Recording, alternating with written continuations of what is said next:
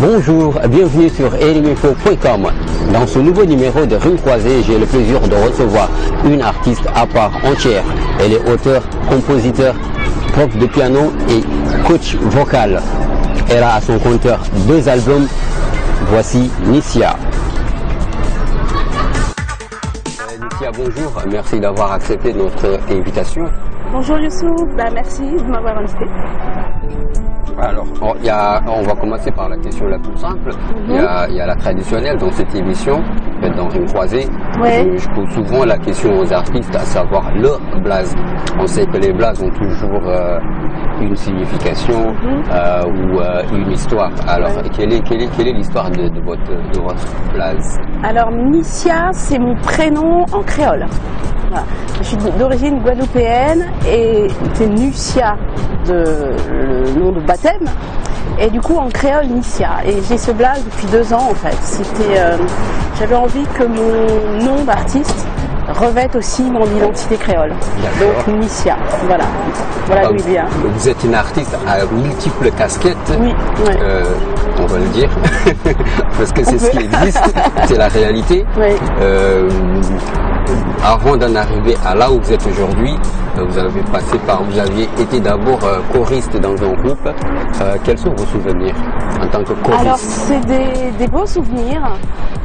Choriste de gospel en fait, pendant 10-15 ans, pianiste en même temps. J'étais beaucoup pianiste et puis choriste aussi. Et du coup, alors le gospel, c'est vraiment en lien avec ma foi en fait, ma foi chrétienne. Et puis j'aime chanter, c'est ma passion pour le chant. Puis j'aime rencontrer les gens et du coup c'était vraiment le mélange des trois. Et puis je suis pianiste et du coup on a eu beaucoup besoin à l'époque de pianistes de gospel. Et du coup ça me permettait de voyager aussi un petit peu. Et du coup c'était vraiment tout ça mélangé. Voilà.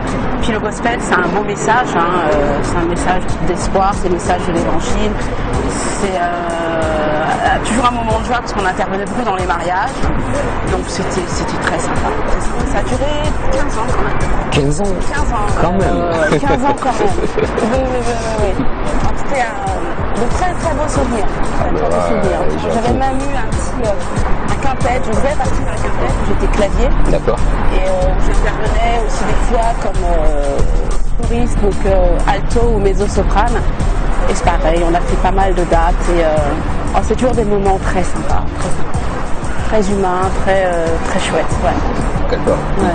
Et une autre casquette, on voit en vous une autre casquette, ouais. Qui vous jouez 2 instruments. Oui.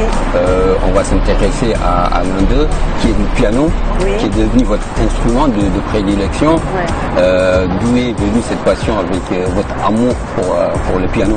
Ouais. Alors j'aime le piano depuis toute petite en fait. Je me suis dit à un moment que le piano avait été fait pour moi. Carrément, assez prétentieux de dire ça. Mais en fait, j'ai une vraie fusion avec cet instrument, c'est aussi très tactile. Et je l'aime depuis très longtemps. Paradoxalement, j'ai commencé tardivement. J'étais organiste en fait, j'ai commencé à 14 ans. En général, on commence beaucoup plus tôt ici. Mais c'était pas trop la culture de mettre comme ça au piano dès le conservatoire, enfin chez moi en tous les cas. Et du coup, j'ai commencé en étant organiste. J'ai très vite appris parce que j'ai rattrapé toutes les années que je n'ai pas pu faire quand j'étais petite. Et puis mon père écoutait beaucoup de salsa, beaucoup de compas. Et les pianistes de salsa, les pianistes de compas, ça m'a vraiment bercé. La musique cubaine aussi. Et vraiment pour moi, c'est les origines du piano. Alors le classique aussi, j'ai beaucoup écouté ici au conservatoire. Et donc ça m'a conforté dans le fait que cet instrument, j'étais faite pour cet instrument. Je vous propose un extrait pour ceux qui n'ont jamais vu Nissia sur un piano, jouer du piano. Voici un extrait. Ok.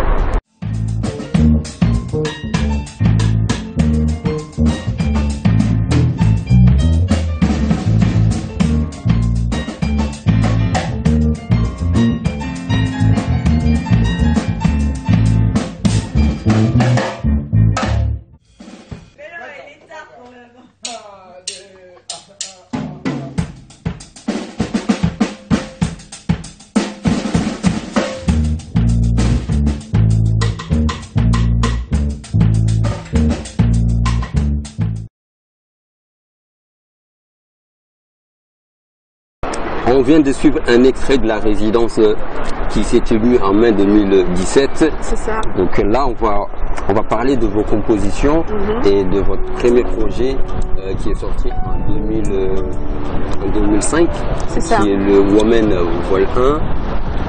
C'est ça. C'est un maxi single. C'est ça, maxi single 4 titres. Intitulé Woman. Woman. Donc, Ouais. est-ce que vous pouvez nous parler Ouais. de ce projet? Alors ce projet, c'est le projet d'Agwoka, un groupe que j'ai monté en 99 avec mon frère. Moi j'ai toujours composé, voilà, je crois que j'ai toujours écrit de la musique, toujours composé. Et du coup j'avais un certain nombre de compositions. Rudy est percussionniste, l'un de mes frères.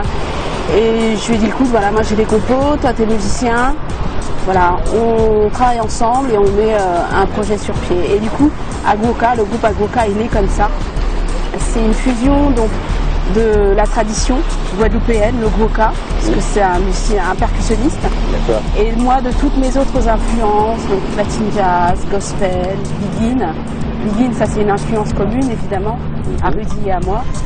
Et du coup on a mélangé ça, on a fusionné, on a travaillé avec plein de musiciens, de bassistes, on avait une section de cuivre, section de chœur, on avait des danseuses. Agwoka c'était de 16 à 18 personnes sur scène. Et on a autoproduit en fait en 2005 ce maxi single 4 titres. Et le titre phare c'était Woman, que tu citais tout à l'heure. Woman, c'est quoi? C'est en fait c'est une histoire très familiale, Agwoka. Woman, c'est notre sœur, romaine. Et du coup, en créole, ça se dit woman. Et du coup, on en a fait un jeu de mots parce qu'en anglais, c'est women. Et du coup, c'est ça, woman, c'est vraiment l'histoire de Marie-Louise, de notre sœur. Elle a deux prénoms, voilà, donc romaine, woman, women. Et c'est l'histoire de vraiment de ces femmes fortes qui défendent, qui cravachent, qui défendent leur vie, qui protègent leurs enfants, qui sont là, debout, qui bravent les intempéries, les difficultés de la vie. Et c'était vraiment un hommage à toutes les femmes, d'où women, qui sont là, qui sont debout, aux hommes aussi, parce que women, parce que c'est un hommage aux femmes, mais c'est un hommage à toute personne, voilà, qui peut s'identifier à ça, qui tient debout, en fait, contre vents et marées. Et voilà, c'était le titre phare de ce maxi single, pardon, et qui est aussi plein d'influences. Il y a eu une reprise gospel là-dedans, il y a eu du latin jazz, du latinka, il y a eu du hip-hop aussi. Ouais. C'est plusieurs compositions qu'on peut retrouver sur ce projet-là. Ouais, plusieurs, voilà. Il y avait juste une reprise et trois compos. Trois compos et Rudy était auteur, donc c'est lui qui a écrit tous les textes. Et ensuite on a arrangé ensemble les morceaux. Voilà. Ça aussi c'est une casquette qu'il faut soulever. Vous faites des arrangements aussi. Oui. Oui, j'en fais pas mal. Je bosse pour quelques artistes. L'année dernière, j'ai pas mal, il y a 2 ans même, pas mal coaché un jeune artiste montant qui, sur un album, et c'était aussi une belle aventure. Ouais, j'aime beaucoup arranger. On va en parler tout à l'heure à propos de ce jeune artiste. Alors, vous avez une carrière évolutive. Oui. Bien. Oui. Donc voilà, c'est ce qu'on souhaite à tout le monde. C'est ce que tout le monde souhaite avoir. Donc vous êtes passé de choriste. Ensuite, vous avez eu ce petit instrument de prédilection. Après ça, il y a eu le projet Women. Oui. Et puis en 2008, vous participez à un des plus grands événements en Guadeloupe, qui est le Caribbean Music Awards. Oui. Alors il était en France, c'était ici. C'était en France. C'était en France, le Caribbean Music Awards. Ça se passe en France. Ça se passait en France, en région parisienne, d'ailleurs. C'était la 6e édition, je crois, du Caribbean Music Awards. Et alors, le groupe Agwoka dont on parlait était sur la fin.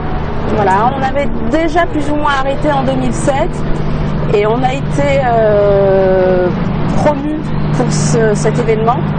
Et on a remporté un prix, on était vraiment très fiers de ça, le prix Curtis Wizard, le prix de la musique traditionnelle.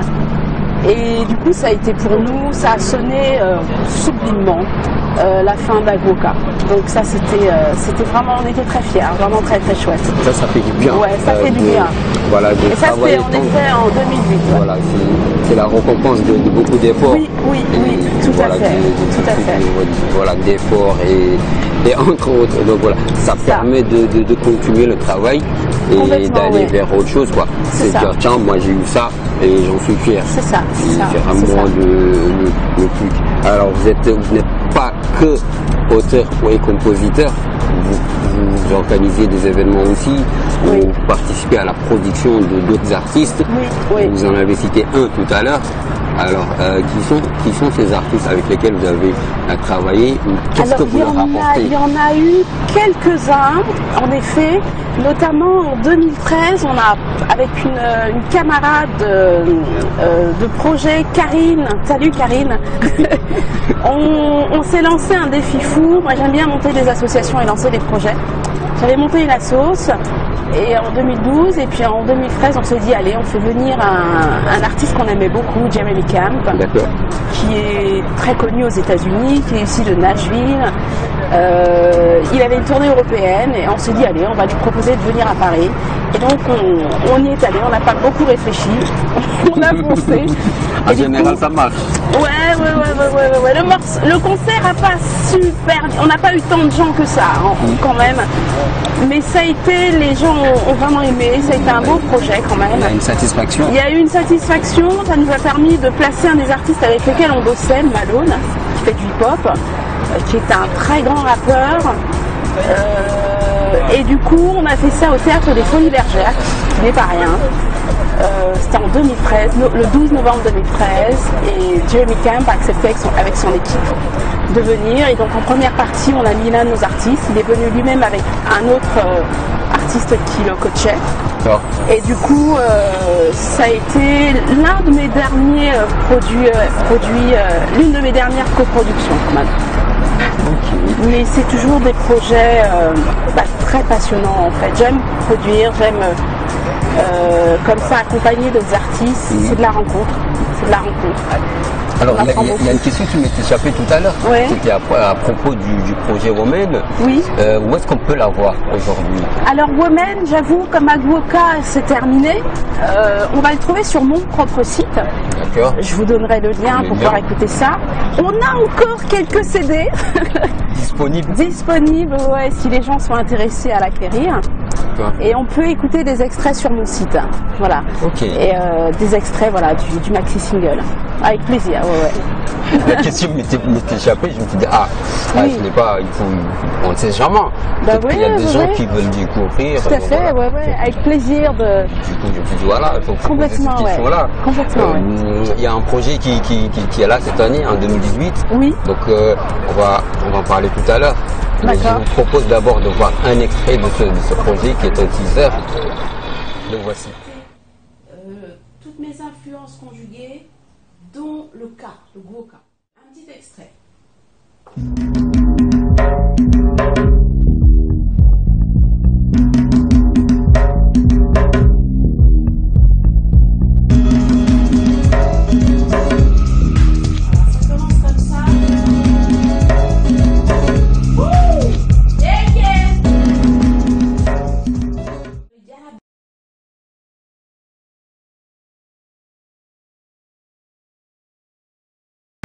C'était le premier teaser qui annonçait le projet Cacotonique, qui est vol 1, composé par Nissia et DJ Vince. On va en parler tout à l'heure, mais juste avant, on va encore parler de vos casquettes. Moi, j'aime bien parler de vos casquettes, c'est un peu fascinant pour moi. Donc voilà, de voir une femme avoir autant de talent ou autant de casquettes à explorer, et c'est quelque chose de bien. Vous êtes prof de piano et coach vocal, donc voilà, le ear training. Qu'est-ce que c'est d'abord? Alors le ear training, en fait, c'est tout l'art d'entendre la musique, d'entendre les intervalles, pour parler technique. La Marseillaise, c'est un intervalle de quarte, voilà, pour citer la Marseillaise. Et du coup, le ear training, c'est ça, c'est entendre ça, entendre la musique. Ça peut aider quand on veut composer, ça peut aider quand on est chanteur à trouver des arrangements vocaux. Bah, ça peut aider quand on est en répétition, petite ligne de basse, ou ah ben tiens, j'aimerais qu'un tel joue ça, plutôt que de pianoter, ou des fois on n'a pas l'instrument, si on veut composer. Bah, si on entend sa musique, bah, on la couche directement sur une partition, et du coup ça fait gagner, mais vraiment un temps fou. Et puis tout ce qui est à côté, c'est que du coup ça fait travailler, notamment pour le chanteur, ça peut l'aider à faire travailler le placement de la voix, à entendre la musique intérieurement, ce qu'on appelle le chant intérieur. Et donc c'est toutes des petites finesses, des petits éléments techniques qui sont vraiment profitables et qui permettent de progresser, d'affiner sa maîtrise de l'instrument en fait. Voilà, ça c'est l'ear training. Et du coup, moi je coach quelques artistes, souvent des chanteurs quand même, qui veulent justement affiner l'oreille interne, affiner la voix aussi, le placement de la voix, parce que mine de rien, si on entend mieux, on place mieux sa voix. Puis quelque part, ça décline aussi sur le souffle, sur la respiration, d'où le coaching vocal, sur la tenue de la voix, tout ça est lié en fait. Quand on détonne, c'est peut-être parce qu'on n'entend pas bien, du coup la voix elle se baisse. Quand on entend mieux, on soutient mieux la voix. Et puis les cours de piano, j'ai vraiment tous les âges, des petits, des jeunes retraités. De temps en temps, je vais proposer un cours d'essai, ça permet à la personne d'être détendue, il n'y a pas d'enjeu financier. On réfléchit au projet, une remise à niveau, où on est parti pour 10 ans, ça dépend. Il y a vraiment tous les profils. Je travaille beaucoup à Antony, en fait, sur la ville d'Antony. Et quelques domiciles. Alors souvent, c'est chez moi. Je fais vraiment quasiment plus de domicile chez les personnes. Et puis, parce que j'ai moins le temps aussi, puis j'ai moins envie de faire ça. Mais ça reste des projets qui me passionnent. Donc voilà, pour ceux qui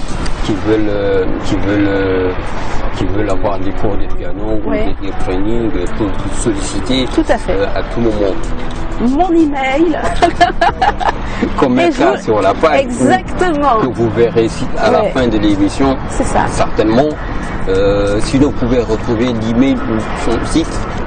Sur notre page ou sur toutes nos pages Facebook ou même sur notre site aussi. Sinon sur mon compte perso aussi si vous souhaitez, si vous voulez. On le mettra partout. Ça marche. Il y a vraiment plein de biais et je serais ravie de vous accueillir. Vous êtes les bienvenus. On va parler du projet Kakitonic. Kakitonic. C'est ça. Kakitonic Vol 1, qui est en collaboration avec un DJ. Vince. DJ Vince. Les productions d'abord, avant d'arriver à la vision, parce qu'il y a beaucoup de vision. D'abord, comment ça peut être votre connexion avec DJ Vince? Alors DJ Vince, c'est mon neveu, c'est un grand artiste. On est beaucoup de musiciens dans la famille. Il est DJ depuis un bon moment, très très bon DJ. Il est spécialisé en musique caribéenne, même s'il tend beaucoup à s'orienter vers l'électro, kizomba évidemment, mais dans ce côté électro qu'on a un petit peu dans le kizomba. Et du coup, moi, dans mon processus, dans ma période d'incubation, je suis un peu dans une période d'incubation, j'ai travaillé avec des orchestres, j'ai travaillé souvent en grands groupes. Et là, Kakitonic, c'est aussi l'idée de revenir à quelque chose de plus réduit, de plus intime. Je suis seule sur scène, où on est 2, grand maximum 3.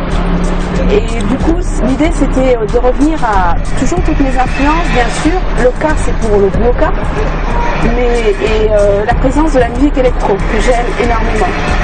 Et du coup, j'ai plusieurs volumes sur Kakitonic, et ce volume 1, c'était un clin d'œil à la musique caribéenne. Et DJ Vince, du coup, moi j'avais une compo que j'ai faite, que j'ai produite avec mes machines. Je lui ai donné, elle devait durer à peu près 1 minute 30. Et lui ensuite, travail de DJ, il a remixé ça, je suis un petit peu intervenue sur certaines parties. Et du coup, on en a fait un titre de 5 minutes. Et du coup, c'est vraiment, ça sonne caribéen, c'est sûr. Il y a un petit côté, dans le titre qu'on a écouté, La Chauffée, il y a un petit côté influence jazz, il y a de l'électro aussi un petit peu dedans. Ouais, voilà, c'est ça, voilà, c'est ça. Beaucoup d'influence. Il y a combien de titres sur ce projet? Alors, il y aura toujours un titre phare sur chaque volume. Il y aura 5 volumes en 2018. Le premier volume terminait l'hiver, là. Et là, il y a un prochain volume, un volume 2 qui va arriver pour le printemps, qui lui sera plus d'influence hip-hop. Voilà. Et il y aura toujours un titre phare. Et après, on invite les gens à écouter d'autres morceaux qui seront, eux, des extraits. Mais le titre phare sera entre 3 et 5 minutes. Comme ça, il y a matière à écouter. 5 minutes, c'est long déjà. Et du coup, ça fait 5 gros titres, en fait, pour l'année. Et puis, on les invite à écouter un petit peu ce que fait DJ Vince, à écouter ce que je fais moi aussi. Et puis, je vais pas tout dire, là. Je vais te laisser... Non, le vol 1 est déjà disponible. Le volume 1 est déjà disponible sur YouTube, ouais, complètement. Sur mon site, sur mon Instagram, sur celui sur SoundCloud, sur le SoundCloud de DJ Vince. Et puis on a mis à disposition gratuitement parce que c'est on invitait aussi les gens à nous dire ce que vous en pensez. C'est aussi un petit peu l'air du temps là. Aujourd'hui on met pas mal de choses gratuites. Les gens peuvent écouter, peuvent nous dire ah ben tiens là, à 3 minutes 50 là, on aurait peut-être aimé voir ça, pourquoi pas. Moi, je suis assez ouverte à ce genre de remarques, pourquoi pas. Pareil, moi je suis tombé sur ça et je me suis dit pourquoi aller en savoir autant, à savoir plus sur ce projet, d'où l'invitation. Oui. Donc voilà, j'espère que d'autres curieux le feront.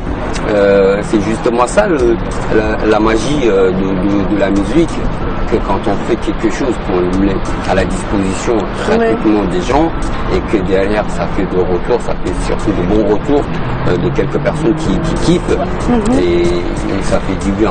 Oui, et puis ce que je pourrais rajouter sur Capitonique, c'est que l'objectif c'est donc ces rencontres avec des DJ différents. Là ça a été un DJ caribéen sur le volume 1. Le volume 2 ce sera un côté plus hip-hop. Chaque volume aura son influence. Et l'idée c'est de préparer de la scène aussi pour des performances donc DJing et puis musique aussi musique live. Donc moi je suis avec mes claviers, avec mes machines. Il y aura peut-être un percussionniste avec nous, mais l'idée aussi c'est de la performance. Donc je parlais d'incubation tout à l'heure, c'est quelque chose qui est en train de naître, d'émerger. En fonction aussi de ce qui en ressort musicalement, je réoriente, voilà, ça. Je le construis tout en laissant les choses sortir, quoi. Et puis la finalité, ouais, ça va être de la scène, de la performance. J'aimerais avoir des choses qui soient bien construites pour l'automne là. Voilà, on pense à une belle scène là pour l'automne. Voilà, au-delà de cette scène, jusqu'où vous comptez défendre le projet pour, Eh ben 2018 c'est le projet en fait. C'est aussi pour moi ça reste un nouveau projet parce qu'habituellement j'ai quand même beaucoup joué avec plein de personnes sur scène. C'était pas moi qui étais sur le devant de la scène. Ça c'est nouveau pour moi. Et du coup c'est aussi pour moi toute cette année 2018 une habituation avec cette idée d'être seule sur scène. C'est une préparation. Moi je suis très lente, je prends mon temps. Je prends le temps de m'habituer aux choses, je prends le temps, je suis en incubation comme je disais tout à l'heure, de me faire à cette idée d'être seule sur scène, d'avoir tous les projecteurs sur moi. Et quand on est à 10, 15, on est mêlé dans la foule, mêlé dans les instruments, avec les autres instruments. Et c'est aussi une maturation. Donc je prends mon temps et voilà. C'est aussi ça. Donc 2018, c'est aussi pour moi une découverte. Je prends le temps aussi de laisser ce projet de DJing, voilà, revêtir toutes ses facettes. On réfléchit aussi à la mise en place scénique. aux salles qui pourraient nous accueillir. Et je suis aussi en train de démarcher pour du management, pour du booking, parce que du coup, il faudra penser à des dates, mais pour 2019. Exactement. Une première scène à l'automne, à 2018, des dates pour 2019. Donc tout ça, ça se prépare en amont. Et puis, donc c'est un projet sur du long terme, en vérité. Ça va beaucoup être du réseau social sur 2018, même s'il y a cette scène en automne. Mais il va y avoir beaucoup de découvertes. On pense aussi à des concerts via Instagram. J'aime bien découvrir de nouvelles formes scéniques. Et je trouve que Instagram, ça peut être aussi pas mal de proposer des petits concerts comme ça de 30 minutes. Exact. Donc ça verra le jour, je pense, d'ici cet été, où les gens pourront assister à des concerts de 30 minutes, mais via Instagram.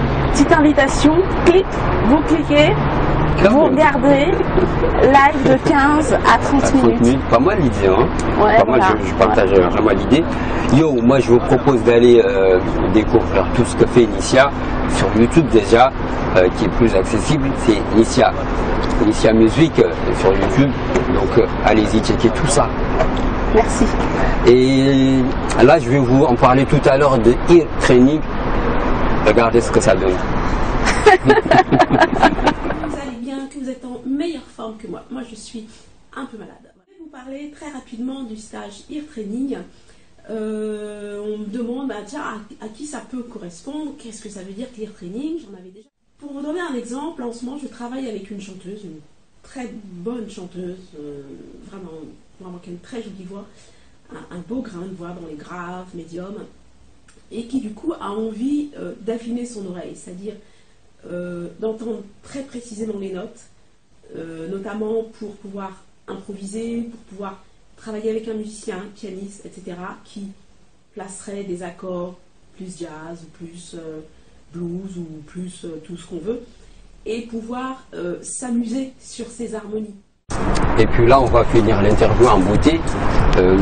C'est la rubrique première fois. Je vous explique le principe.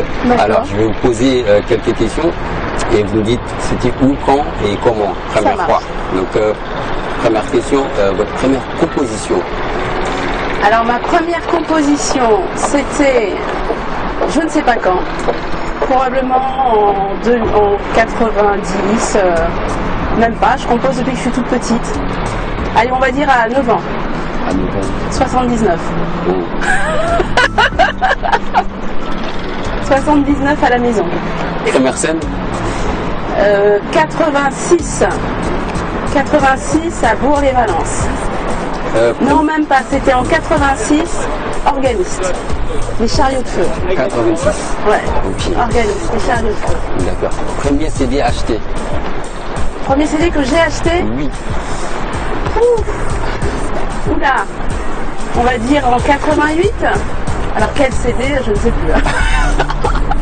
88 parce que c'est l'époque où j'ai commencé à avoir de l'argent. D'accord. Parce que je travaillais. Certainement 88, dans ces années-là. D'accord. Votre premier kiff musical? Le premier kiff musical, musique salsa, avec mon père. Et là, je revois une photo, j'avais, je pense, 8-9 ans, où j'ai un casque sur les oreilles, où on écoute de la musique, où je chante, et il met de la salsa. Donc je pense que ça a été mon premier kiff musical. Ouais. Votre premier cachet, c'était où? Mon premier cachet, c'était en gospel. Dans en gospel, dans les années 2000. Ouais.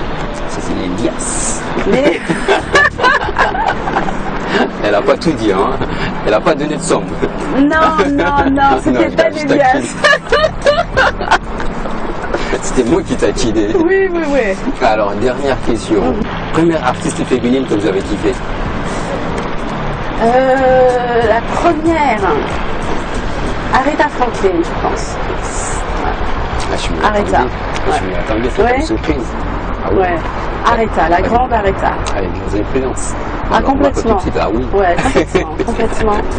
Donc qui elle est, dans sa longévité, c'est impressionnant.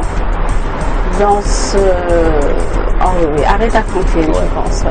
On voit qu'elle vous a Alors bercé. outre-Atlantique, hein, parce que Jocelyne Berroir m'influence aussi pas mal. Ouais. Quand même. Ouais. Aussi. Ouais. Donc, ouais. Merci, Initia. Alors, merci à vous, c'était sympa. C'était très sympa. On vous souhaite bonne chance Merci. dans vos perspectives, Merci. dans vos futurs projets. D'accord. Et puis je vous laisse le dernier mot Ok. avant de se quitter avec le titre Chauffer. Chauffer. Chauffer qui veut dire Alors chauffer, c'est chauffer la musique, la D'accord. mettre en fusion, mais dans le sens fusion musicale, quoi. Ok. C'est ça, c'est en créole. Alors. Créole est jamais loin avec moi. Voilà, c'est C'est ça. À vous le dernier mot. Bah écoutez, merci, c'était très sympa. C'était très sympa. C'est Ravi pour partagé. toutes ces nouvelles rencontres. C'est Un partagé. coucou aux personnes du coup qui nous verront et puis bah, à bientôt. Merci À beaucoup. vous, au plaisir de vous revoir Merci beaucoup. et puis de vous rencontrer sur scène tous. Hein. On l'espère. Ah bah avec plaisir, puis vous me faites un petit coucou. Voilà. On y sera. Et puis on En tout va- cas, c'était une belle idée, ça m'a bien plu. Merci beaucoup. Merci à vous, à bientôt, salut. C'était Rio Croisé avec Initia. Merci de nous avoir suivis. Je vous donne rendez-vous très prochainement. On se quitte avec Chauffer Initia en featuring DJ Vince.